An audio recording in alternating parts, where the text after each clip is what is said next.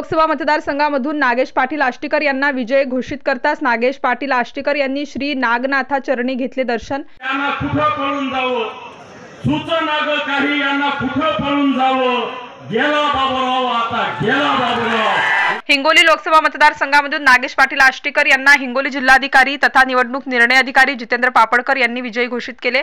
औंढा नागनाथ येथे शिवसेना कार्यकर्ते पदाधिकारी यांनी मोठ्या संख्येने सहभागी होऊन खासदार नागेश पाटील आष्टीकर यांचे हिंगोली लोकसभा मतदारसंघात निवडून आल्याने नागेश पाटील आष्टीकर यांचा सत्कार करताना शिवसेना उपजिल्हा प्रमुख जी.डी. मुळे, वसीम देशमुख, गणेश देशमुख, अनिल शिंदे, सुमित मुळे, आजू इनामदार, मधुकर गोरे, लक्ष्मण भोणे, सुनील खंडागळे, जलाल धाबा, सर्कल प्रमुख विलासराव जवादे, शिवसेना कार्यकर्ते पदाधिकारी यांनी खासदार नागेश पाटील आष्टीकर यांचा सत्कार केला।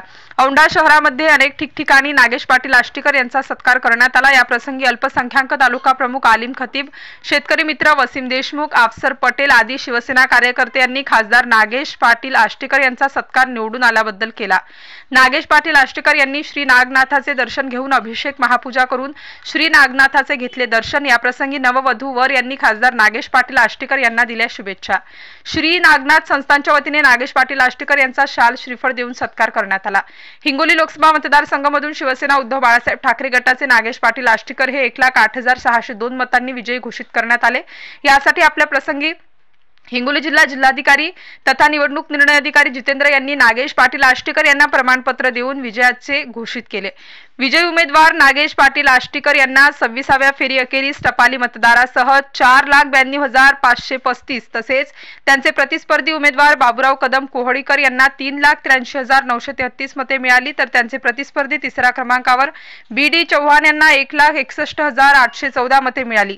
मतमोजणी निरीक्षक श्रीमती एम.एस. अर्चना, अप्पर जिल्हाधिकारी खुशाल सिंग परदेशी, जिल्हा निवडणूक अधिकारी रामेश्वर रोडगे यांच्यासह निवडणूक यंत्रणेचे अधिकारी उपस्थित होते। न्यूज 9 मराठीसाठी नागनाथ मुळे, औंढा नागनाथ। सर्वच महाविकास आघाडीचे सर्वच कार्यकर्ते, नेते मंडळी यांनी खूप मेहनत घेतली। एवढ्या पैशाचा पाऊस असताना सुद्धा मी तर म्हणेल की मी एक असा कॅन्डिडेट आहो की जे महाराष्ट्रामध्ये सगळ्यात कमी पैशामध्ये निवडणूक लढवलेली असेल। तर माझ्यासमोर एवढे दिग्गज त्यामुळे महाराष्ट्राचे एवढे मोठे नेते मंडळी इथे सारखा पैशाचा पाऊस पडला होता, तरी पण सर्वसामान्य लोकांनी आणि महाविकास आघाडीच्या सर्व कार्यकर्त्यांनी आणि नेते मंडळींनी ही जी काही ओढाताण केली ते वाखाणण्याजोगी आहे आणि सर्वसामान्य माणसाचा हा विजय आहे, आघाडीच्या सर्व घटकांचा हा विजय आहे असं मी मानतो।